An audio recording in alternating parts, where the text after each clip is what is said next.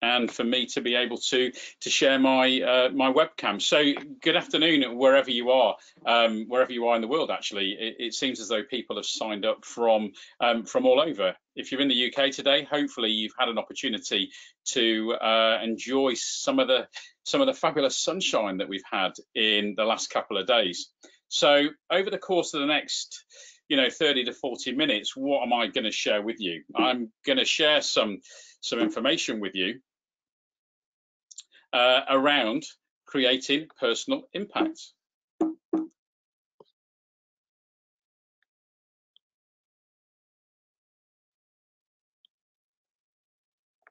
So just like anything, experiencing one of those little challenges right now as we go for the screen sharing option. So I'm just going to quickly ask Megan if you can take control of the screen back again, and as everything has just paused again.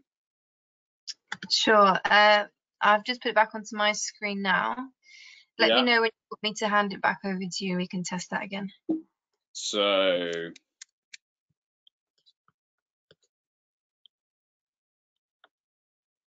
sorry about this, guys. Technical issue. That's all right. So Megan, we're good to go again. Yep. And we can share the screen again. Sure.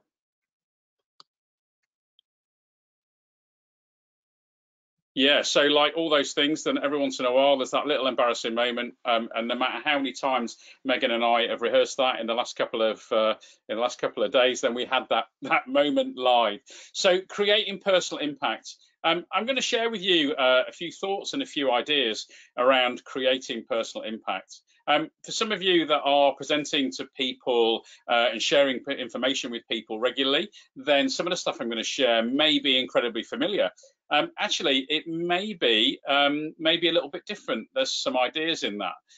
The ideas that I'm going to share with you over the course of the next sort of 30 minutes or so, 40 minutes, are as applicable to whether you're stood in front of a large group of people and you are sharing some information with them, you're presenting, whether you're sat in one-to-one, whether you're in a coaching conversation, or whether you're now having a very straightforward conversation with someone and you want to be able to make an impact in that conversation, or actually whether you're doing a webinar like this. The principles I'm going to share with you are applicable to all. And fundamentally, the ideas that I'm going to share with you are actually quite simple. They're threefold. One is that stories are the answer to all questions. A story is the way that we engage and get excited. I'm also going to share with you the idea of being able to no longer and to stop presenting to people and simply get in the habit of sharing ideas with people.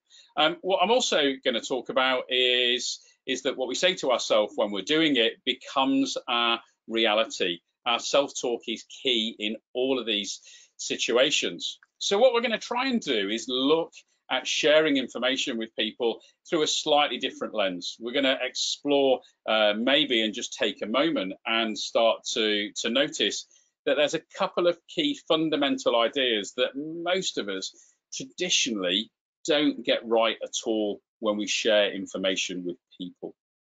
For most of us, the way that we learn to communicate, or the way that we do communicate with people, is based on what we like ourselves, is based on what we think is really good.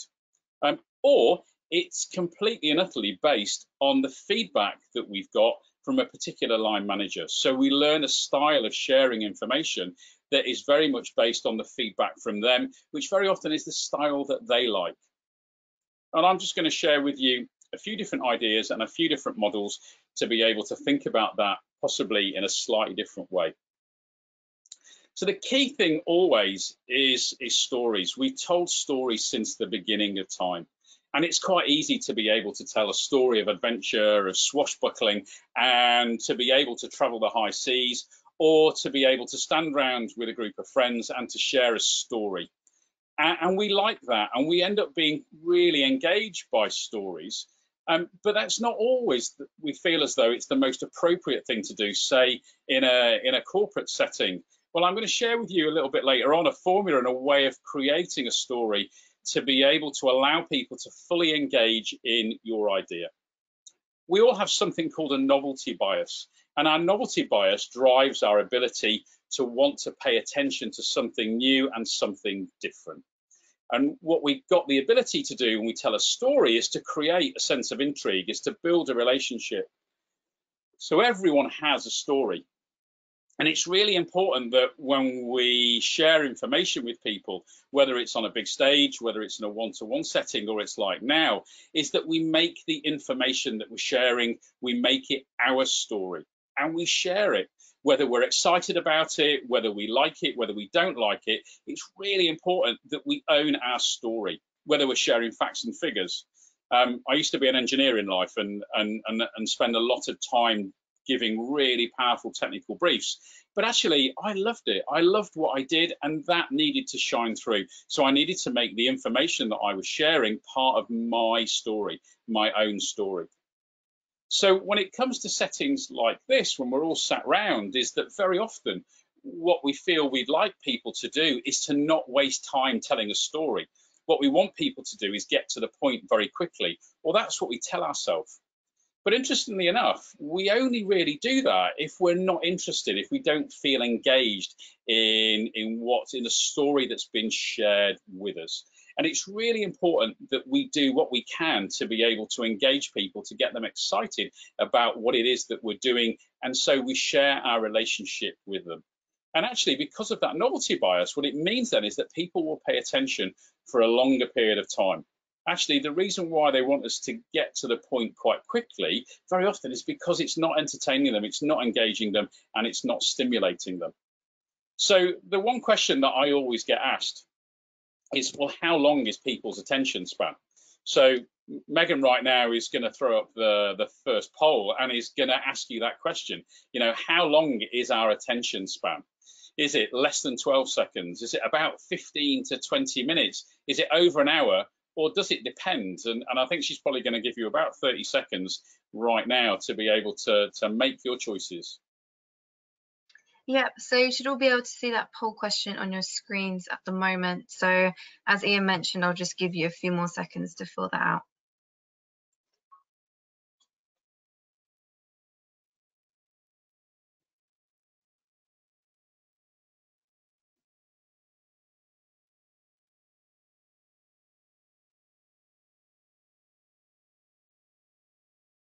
Okay, thank you so much for voting. So I'm just going to close the poll question and you should be able to see the results on your screens. So 25% said less than 12 seconds, 36% said 15 to 20 minutes, nobody said over an hour, and 38% said it depends. Cool, thank you. Thank you for doing that, Megan. So for those of you that said less than 12 seconds, then you probably should give yourself quite a firm and hearty pat on the back, because you're right. For those of you that said 15 to 20 minutes, then you're right as well. Since no one said over an hour, then if you had have done, you'd be right as well. And so ultimately, the answer is it depends. Microsoft did some research. They do some research, a period of package of research every 10 years. And in their 2010 figures show that typically in electronic environment, and certainly a social media environment, is that we spend less than 12 seconds focusing on any one particular post. Interesting enough, when they did the research again at the beginning of this year, pre-COVID and the lockdown, is they've seen that figure had reduced on average to about 8 seconds. So for those of you that think that our attention span as human beings is getting shorter, then the research would show that it kind of is, but actually it's this drive because we like to be able to find something new and to be stimulated. For those of you that said 15 to 20 minutes, then actually in 2016, there was a piece of research published in the Advanced Educational Psychology Journal, and it did an aggregation of how long we are prepared to spend in essentially in a classroom, in a lecture theatre, concentrating at any point in time. And they showed the answer to be in the region of about 15 to 20 minutes. For those of you that have picked up any of the books on things like flow state, or actually for those of you that are cinema goers, For those of you that like reading books, actually what you'll know is the research shows is that actually if we're involved, if we're participating, if there's an active component to our listening, then actually we'll be involved in something for well over an hour without really batting an eyelid. So fundamentally, it does depend. It depends on the context. It also depends on whether we're invited to be part of it. And so that's kind of leading me really to my first sort of little moment in a minute. And one of the things or my first lesson for you really, and it does depend on the context and the context that we're in, because we want to be stimulated and we want to be engaged. And we want to be engaged and be part of it. And so what that does is rule one of really creating impact with people is making them involved, making them feel part of it. For most of us, then very often we're brought up with this idea of presenting to people and having to work really hard to try and sell them an idea. Now, for most of us, we don't like things being done to us.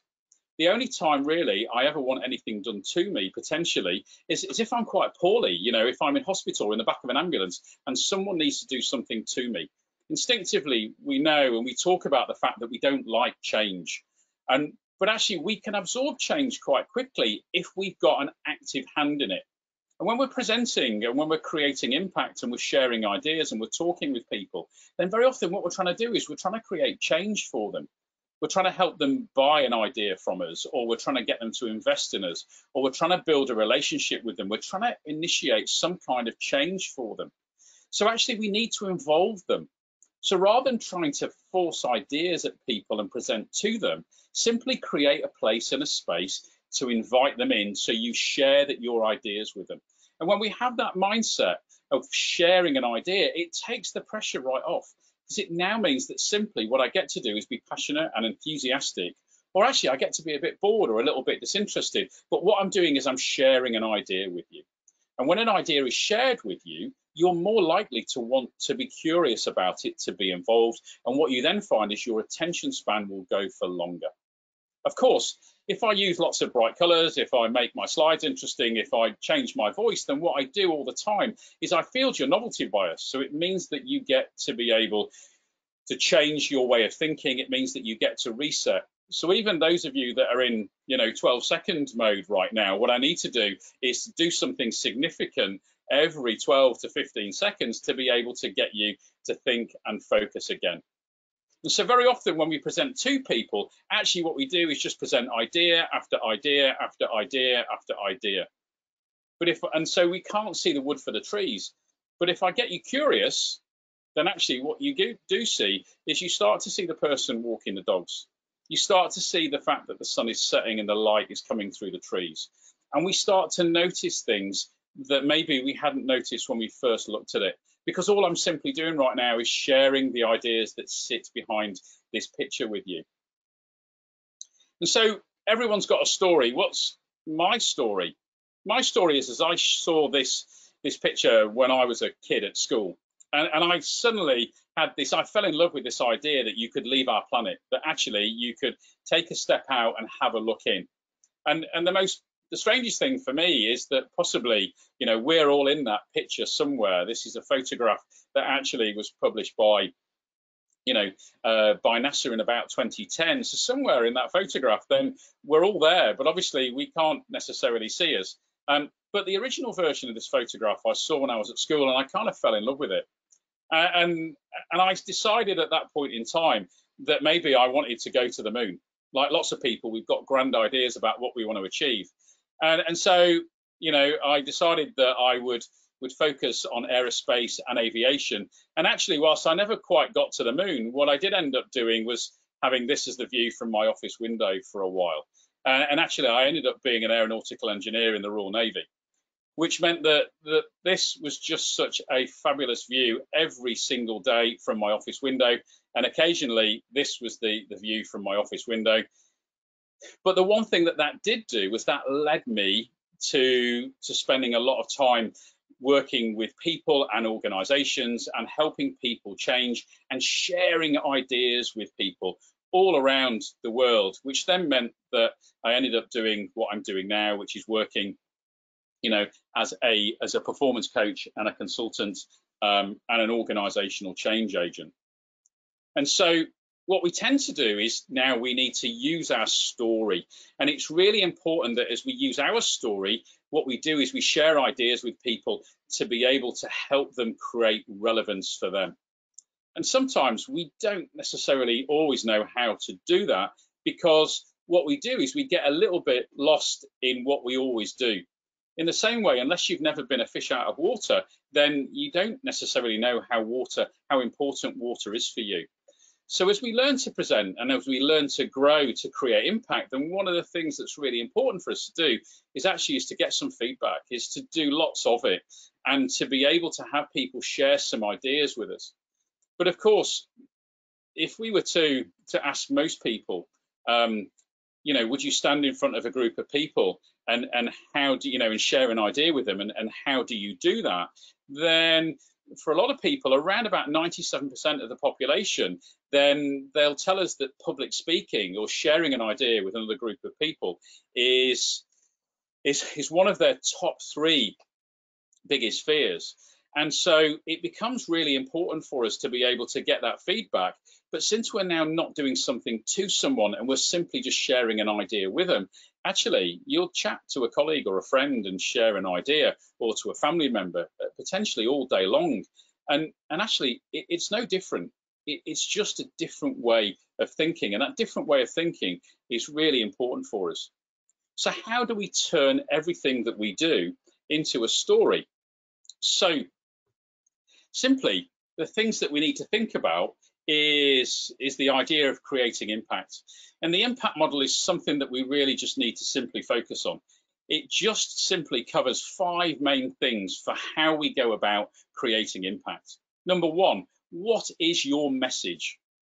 Do you want someone to buy from you? Do you want to be able to show someone that you're good at what you do and to be able to promote you or to give you a pay rise? Do you want people to connect with you, say after a webinar, or connect with you on LinkedIn so you can further a conversation? What is your message? And it's really important that we hold that at the forefront of our mind when we share what we're doing. What most people typically very often do is just share with you what they think you need to know, rather than create it into a story and create it into a journey. And so as we create it into a journey for people and take them on that journey, it means that we really get to make a massive difference. So to start with, think about what's your message. What are the needs of your message? So if your message is exciting, then how do I share it? Do I use bold colors? Do I need to use PowerPoint or Keynote? Or simply, do I just need to be able to have a conversation? What are the needs of your needs whilst you're presenting? Do you need to be able to take a breather partway through your presentation, so actually show a bit of video? Do you need to be able to stay calm beforehand? Do you need to understand how to motivate yourself? What is it that you need in order to make sure that you're at your best and performing at your best in the presentation that you're doing, where you need to create impact? And more importantly, how have you shaped what you've done to meet the needs of the audience, the other people in the room, the people that are going to listen to you? And very often we instinctively know that you may not necessarily share an idea with a group of 7-year-olds in the same way that you would share an idea with a group of 37-year-olds. But it's amazing how often that what we do is we don't necessarily change how we share that message. And it's really important that we do that. The environment is another really, really key point in that process, is that the quality of the conversation, you know, that you can have maybe in Costa is different in a more private space. So actually, what's important for your message? Is it important that I make my audience feel really special? Because actually, if I sit them on really awful chairs, then actually they're not really going to pay attention, because they're going to actually spend more time feeling uncomfortable because of the chairs. So if my message now may get lost because they don't get drawn in. And all of that goes towards creating that sense of impact and making people feel really powerfully important. Social exchange theory plays a part in all of that. And this is a really big takeaway for almost everybody involved, whether you be a leader, a line manager, whether you be looking after people, coaching people, or trying to influence other people's thinking. And social exchange theory is about the way that we learn to trust each other. It's about the way that we know that we're in a safe place. And it's kind of summed up by a little old Zen proverb that says people don't care about how much you know until they know about how much you care. And so what social exchange theory says to us is, am I safe here? Intellectually, physically, spiritually, morally? Actually, I'll become very defensive of you, or to someone you're trying to share an idea with. You'll find your audience is quite defensive until they know that they're safe to be around you, that they're safe to be listened to. Have you built trust? Because until there is safety and trust, people won't necessarily want to engage in what you know, and certainly they won't necessarily share and exchange with you what they know. Actually, is there a fair and equitable exchange of cost or energy in the process? So actually, if I'm giving you half an hour of my time, am I safe to do it? And are you going to give me some amazing little tidbits of bits of information in order to be able to do that? So what it means is that we have to be able to understand our relationship with what's going on with our audience. If we're doing something to them, then very often they can feel a bit battered and a bit bruised and a little bit constantly fed the same messages all the time.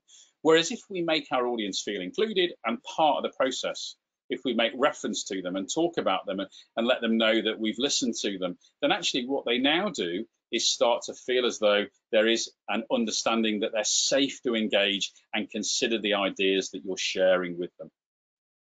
Because of course, as you look at this now, most of you will say, this is obviously a map of the London Underground, and we've all got a map and an idea in our head. But actually, so is that. That's a map of the London Underground. So when we shape our message for our audience, what is their model of the world? Which map? What are they doing? What are they using? And very often, when we're creating an idea, as we're sharing that idea with someone, then sometimes we can get a little bit lost in our model of the world, recognizing that we feel that we know what they want, rather than actually what model of the world are they using, what map are they using to get to the conclusions that we would like them to get to.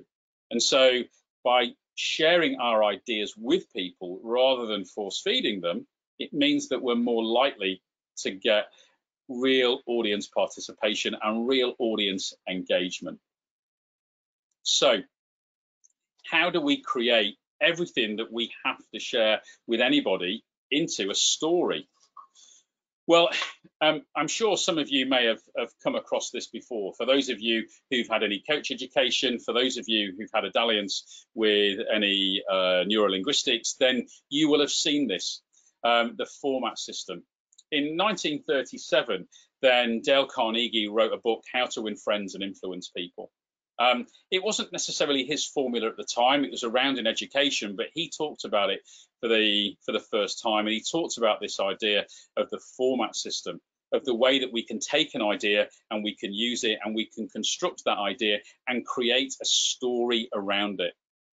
It's used in all sorts of places these days, from teacher training through to pretty much, for those of you that like watching TED Talks, then for those people that speak on the main TED stage, and certainly a lot of the larger TEDx performances, then actually this is the formula that is used to be able to have all of those amazing speakers shape their message in a really powerful way, why you come away going, do you know what, I love that.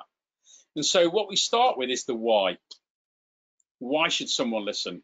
We then look at the what before we move on to the how, and then we talk about the practical application, the so what in their life. So what does that actually look like for us?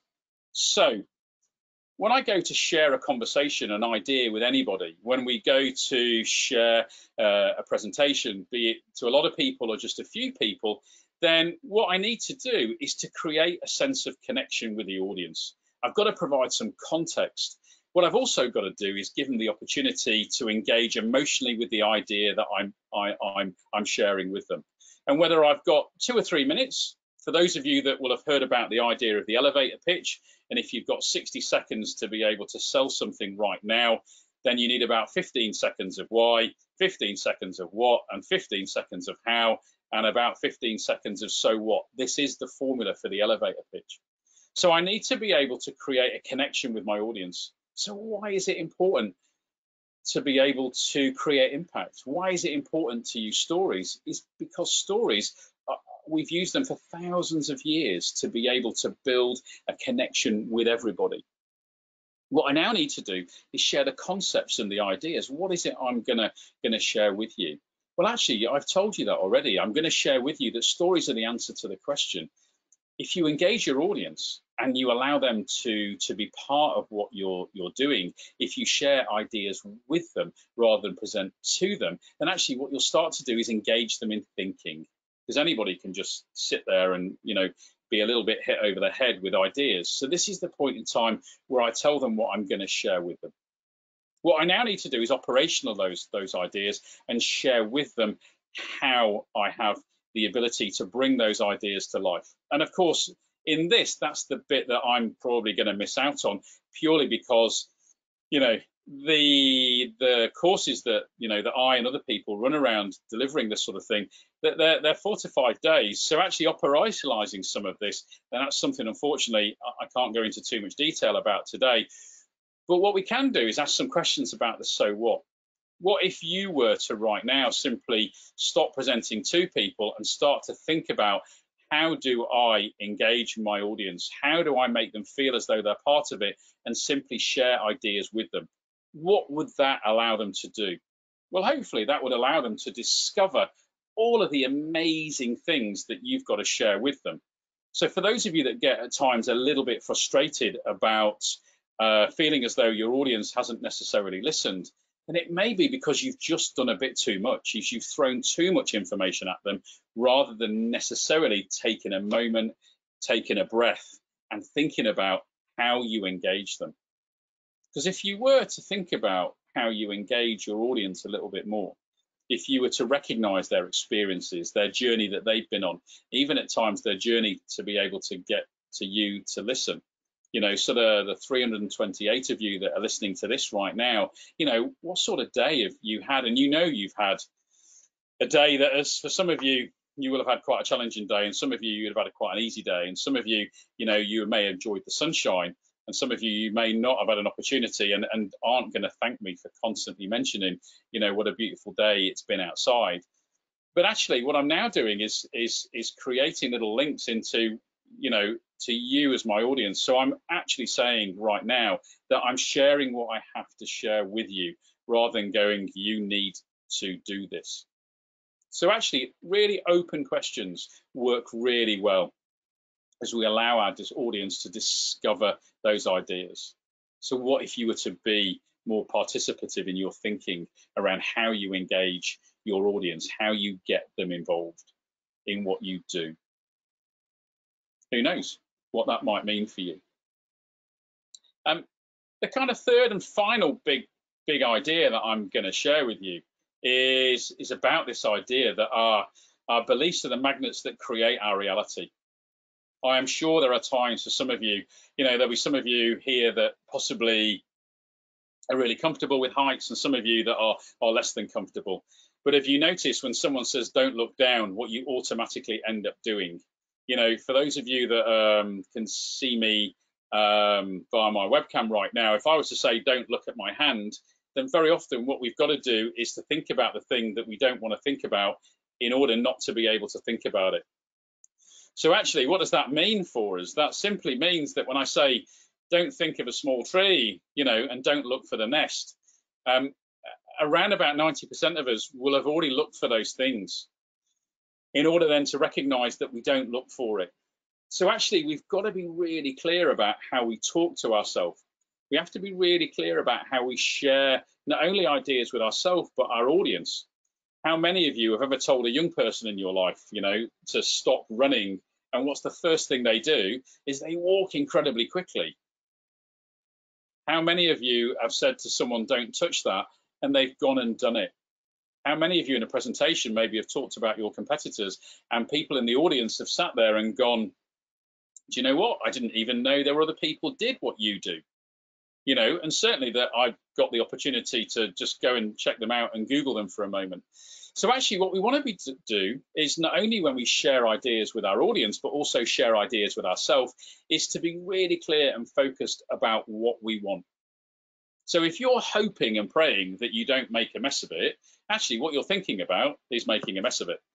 So actually, if you want to be confident, if you want to do a really great job, if you want to be able to really engage with your audience and you want to be able to make them smile, and actually have that as a personal little mantra. Whether you remind yourself whenever you draw breath, whenever you say it to yourself before the start of it, or whether actually you share it with yourself during the presentation, whatever you do, it's really important that you focus on what you want. So if you want to be cool, calm, and collected, then remind yourself of that. If you want to be a success, then focus on the conversation that you're trying to create some impact around being a success. Because all the time that you go, I hope I don't mess it up, then what you're actually doing is focusing and reminding yourself that you could mess it up. And that becomes like one of those little earworms. It becomes something that grows because didn't I? And now you're thinking about something that you don't really need to think about. In the same way, it's really important when I share ideas with my audience is to be really clear about what it is that I want them to focus on. And in coaching, we talk about these ideas as toward ideas, goal-orientated ideas, is that I want you to be able to take away the ideas that I'm sharing with you right now about the fact that stories are the answer to the question. Stories allow us to be able to create context and meaning. They allow people to connect as a result of their novelty bias, and they create a way of people wanting to listen and focus. I want you to be able to take away the idea of simply relaxing for a moment and sharing an idea with someone rather than simply feeling as though you've got to present to or sell to. None of us like to have things done to us. And that what you say to yourself ultimately becomes your reality. And they are really powerful points when we think about how we can simply create impact. And that's why these ideas fit into whether you're having a one-on-one conversation or whether you're presenting now to a couple of hundred or even at times a couple of thousand people. Those ideas migrate across all of those domains because simply how we speak to ourselves changes everything. Our thoughts make a big difference. Our thoughts make a big difference. And so it is really a powerful idea that sometimes if we always do what we've always done, we'll always get what we've always got. And one of the things that sometimes stops us embracing new ideas of the idea that I can rather than I can't is because we very often just simply tap in to our history. We tap into what's gone before, and we use the idea around, well, I know that I can't really present or that I don't like it. Well, actually, that is what has occurred for you at some point in time, for those of you that don't like it in the past. For those of you that are really good at it and love it and feel as though you can create impact, then actually, if you always do what you've always done, you'll always get what you've always got. So it means that do more and focus on the stuff that really does work for you, but also be open to play with it and evolve it, because we do have the ability always to, to deliver to a level beyond whatever it is that we thought we could. And maybe one of those things that sometimes stops us is because we feel as though we've got to really do something to people. We've got to convince them. But we all have a mind of our own. So I'm simply just sharing some ideas and saying to you, it's up to you. If you want to take these ideas on, fantastic. And if you don't, then you don't have to. Because what we want to do is allow our audience to recognize is they have choice. And if I invest wholeheartedly in one version of you must learn the things that I'm sharing with you, as opposed to I'm simply going to share some ideas with you. And if you want to be able to take them on, then it's fantastic. And if you don't, then, no dramas, but, feel free to be able to play with these ideas, then you've got choice. And the second that we recognize that our audience has choice and we give our audience choice, whether that's an audience of one or whether that's an audience of hundreds, then what it means is that our audience now have the ability to feel at ease. They feel as though they're safe in your company and that they're safe with your ideas. So for us, stories are always going to be the key. Stories share with us this idea of causing roadblocks and stopping things, or stories cause the idea of achievement and moving on. And it's about how we focus them and what is it you want to focus your stories on. So whether you're presenting, in a CapEx, whether you're looking for investment, whether you're in a Dragon's Den type scenario, or whether you're just trying to influence, some of the young people in your life to go to bed on time, then actually maybe what we've got to do for a moment is recognize that stories are the key. And if we take a moment and don't always do what we've always done, then maybe actually we'll start to see and consider some of these ideas of how we can encourage people to embrace the ideas that we're sharing with them, whatever those ideas are. And as I say, the ideas that I'm sharing with you today are simply about how do you create a story around almost anything. And actually, that's the format system. And how do I ensure that story has impact? Well, I consider the needs of my audience using the impact model. I'm really clear about what I say to myself and the ideas that I'm sharing with you. And what I also do is just be really mindful then around the language that I use to bring those ideas to light. And of course, if you haven't considered these ideas before, or if you have but haven't necessarily used them in this way, initially it may feel a little bit chaotic. But what stories do for us is they allow us to be a little bit of a beacon, a little bit of a shining light. A little bit like the light that goes on in the room, is that people are more likely to engage and to connect with the ideas that you're sharing if you allow them to feel part of it. And that is ultimately one of the challenges that you've got in a webinar, because actually I can't see any of your faces right now. And so that engagement piece is always a little bit of a challenge. But what I do is share as many stories as possible with you. So it means that you can try those stories on, so you can feel connected with the journey that I'm simply trying to take you on. But of course, as we play with that, and we play with any new ideas for the first time, is that sometimes that can feel a little bit, a little bit chaotic, and it can feel a little bit crazy. But for the scientists amongst you, then you'll know, that we have to inject a little bit of entropy. We have to do and create a little bit of chaos to create a little bit of change in order to be able to realize and connect with what is truly, truly important. So my message to you this afternoon simply is that stories are the key, and there's a way using the format system and the impact model that we can share and create almost anything into a story. We can share really detailed facts and figures because we can create a sense of why they're important and create that emotional connection with people before we tell them what we've done. If we're in a performance appraisal with someone, then what we can do is share with them the importance of the work they do, or the importance of the mistakes they've made. And actually you create that emotional connection, because what it does then is it allows people to want to engage and feel informed. And now we think about how we move on, because we create that safe space for people to want to be able to listen, because we're simply sharing an idea with them rather than doing something to them. So for those of you that want to know a little bit more as I draw to an end right now, then what Megan will do is give you a link where I've just put together a little a little 3-part study series for those people that want to be able to download it. And feel free to to connect with me and say hello on on LinkedIn. So I'm just going to hand back to Megan, and I'm sure we've got around I think around about 20 minutes or so, maybe a little bit less than that, for any questions, but I'll hand back over to Megan. Great, thank you, Ian. I have sent you over a couple of questions. Do you want to let me know if you can see them all right? Cool. So let me just.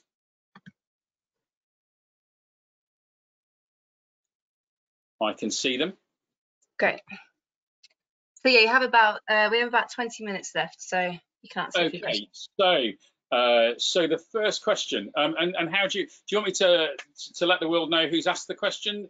Megan, what's your normal protocol? Yeah, so you can mention the first name if you like. That's absolutely fine. Okay. So Janie, you've asked the question. What's the best way of creating impact online with presentations where there are no slides permitted? So if it's just you talking, then what you want to be able to do is to create links with your audience. So what that means is that we are letting the audience know that actually we're talking about the ideas and the message that we've got to share with them from their perspective. And so what we do is we let them know that that actually that we've been thinking about them in the creation of the message that we've got to share. So today I've made links and references to things like to leadership and management roles, to our ability to seek investment or to be able to to present, to share ideas, to influence other people. And what we're doing is we're creating ideas and weave ideas in that will be relevant to our audience. So if I was talking to a group of people, say, who were all parents, and actually I would share some stuff about my own parenting, and actually some of the challenges that we face. And right now, I have to admit, I possibly haven't necessarily been the best homeschool teacher, and we've all had those challenges right now. So what we're doing, Janie, is making links to our audience to let them know that they can do that, that actually we've paid attention to them, so they feel connected to what you're talking about. If I'm talking to a group of engineers, then actually I'm going to share a little bit about my background, and actually maybe some of the language I use and the terminology is going to be of reference to actually, as to helicopters and spanners and the things that I used to be involved in life. And so it's just creating those links. If you need some more specific information, then actually drop me an email, and I'm quite happy to do that, to offer you some suggestions.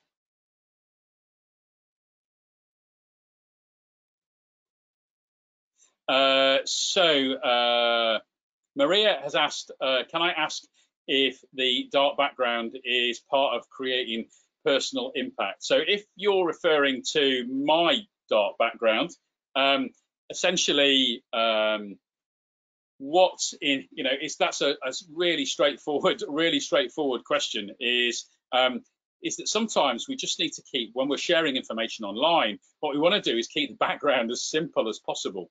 So what you won't know and don't know is that my bookcase is behind me. And for some of your audience, actually, it's probably, they'll spend more time trying to look at what books that you've got, or in the same way that actually I've turned off, other than PowerPoint and the GoTo webinar software, I've turned off, all the other software on my computer and all the notifications. What we're trying to do is just make it as simple as possible so people can concentrate on, the message that you're giving them. So actually, for me personally, because I do quite a lot of this and have done quite a lot of this for quite some time, then all I simply have is, for about £100, then I have an expandable background, and it just sits and it makes it as clean and as clear as possible. And you can get them in all sorts of different colors. It just so happens that in the room that I'm in, then grey is the best color for the lighting. The white one is not very good, and a green one looks awful. So it's just a practical thing that you can play with.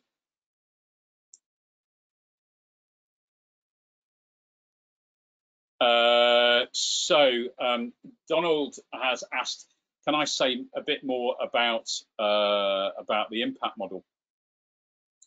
So what I will do, if it's okay, Megan, is my slide still on the screen? Yeah, your slide's still showing. Okay, so I'll just slide back to the impact model then, just to make it so what you'll see is the impact model is the way that I think about constructing, sharing a message.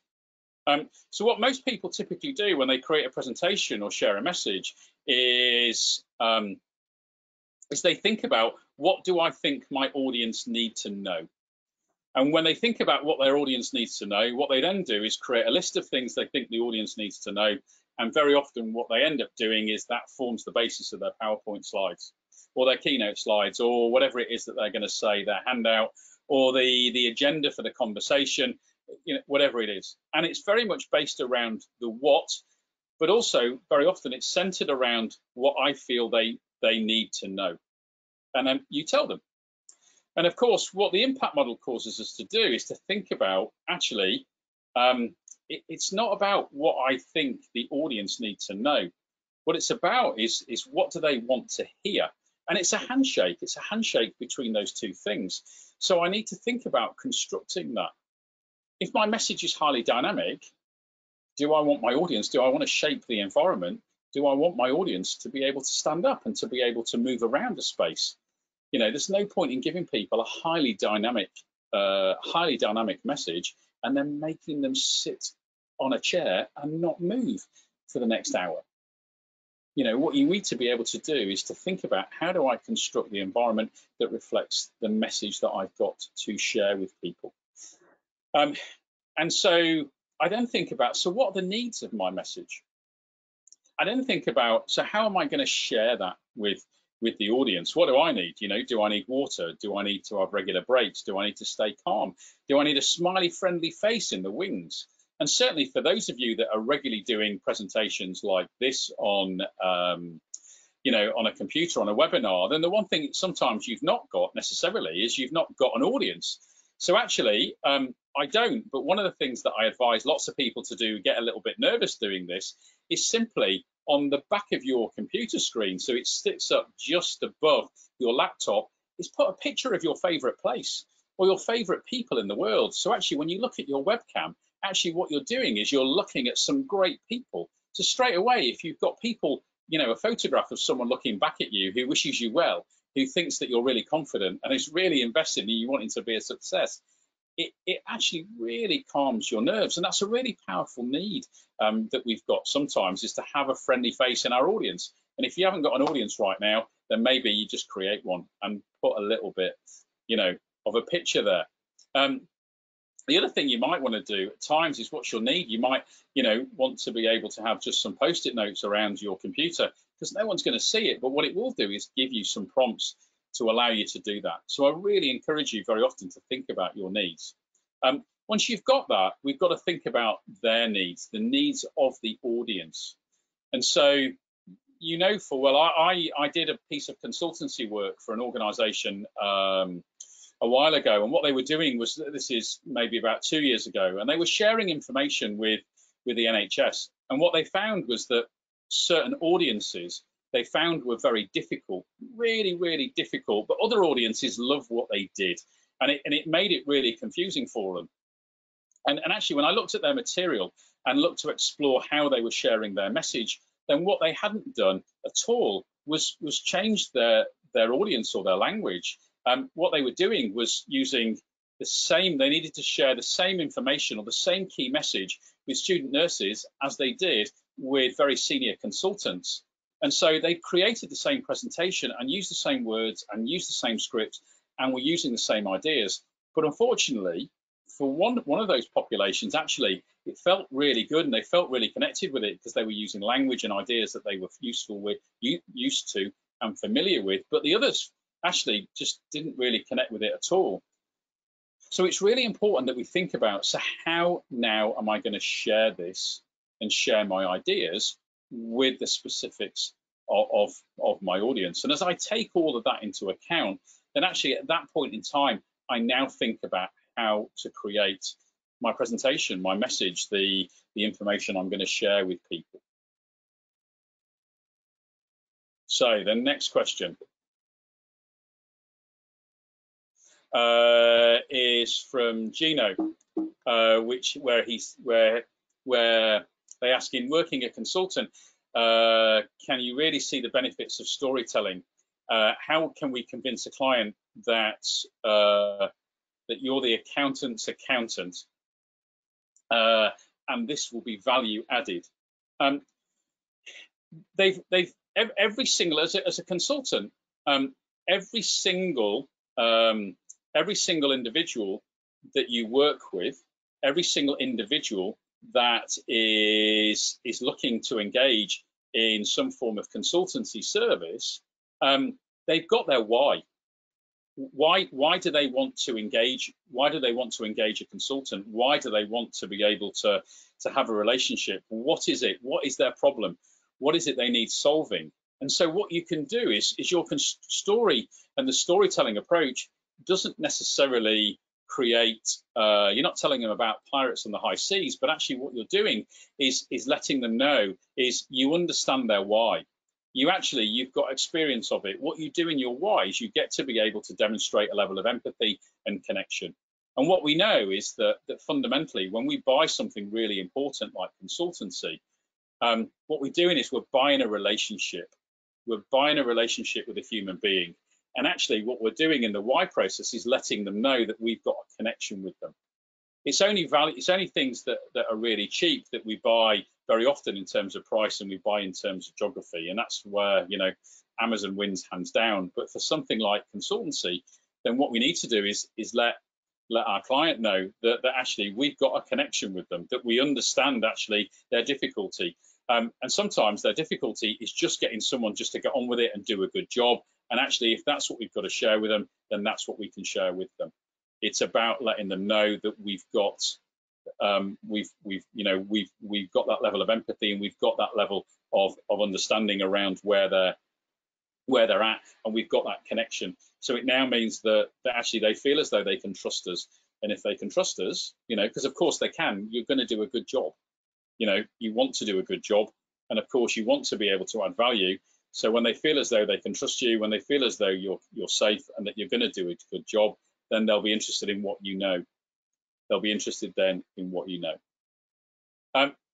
So they're the questions that people have asked. Unless there's any more that you're going to forward, Megan. Yes, there are a few more coming through. Okay. Forgive me if you've already answered this one, but I will ask you. Okay. So Mandeep has asked, how do you make an impact in meetings when you are with managers who have a lot more experience than you do? What I would say, Mandeep, is experience of experience of what actually, as part of your why, as part of your connection, part of your storytelling, actually is maybe actually to be respectful of their level of knowledge and understanding. But actually, they probably haven't done what you did today. And so we've all, in lots of organizations, we've all worked for people who've done similar jobs to us. And sometimes it's quite easy to think that they know more and know best. But actually, you're the person at the coalface of your problem today, which means that you're the person that's done that. So actually, what you can do is you can simply share with them, actually, you may have thought about doing this in a different way, but I'd like to share with you now the way that I've chosen to do it and the way that I've chosen to explore it. And what you're doing actually as part of your why, as part of your storytelling, is recognizing that they are experienced in the room. Because very often when people start to sort of tap away at you and start to share some and share some information, actually sometimes people are just trying to let you know how clever they are. They're just trying to let you know that that they are your manager. And sometimes you just pull the rug from underneath them by going, I appreciate, there's a lot of experience in the room. And actually, but this is what I've discovered about tackling this particular problem of doing this today. Just recognize it's there. Right, so the other questions have now come through. So David has asked the question, what alternatives would you recommend rather than death by PowerPoint? The interesting thing is, David, is it's not that PowerPoint is deadly. It's dull and deadly people using PowerPoint that creates PowerPoint as deadly. There's lots of things in PowerPoint or Keynote, or any of the other online presentation platforms that you can use that creates a sense of create a sense of deadliness is people reading out slides, lots of bullet points. I've deliberately chosen in this is to use lots of bright colors. I've deliberately chosen to use lots of full screen pictures, because what we want people to do is connect with something and to engage. You know, I've used 44 PowerPoint slides, so that's broadly a PowerPoint slide every 40 seconds. Now, there are times where I've just used one throughout, you know, an entire hour, and you're doing something differently. So it's about the key thing to remember is see it as a tool, and as like any tool, it's only as good as it's useful. Where death by PowerPoint comes from is because people go, this is what I think people need to know. They sit in front of their laptop and they write a list of what they think their audience needs to know, as opposed to going, what is the need of my message?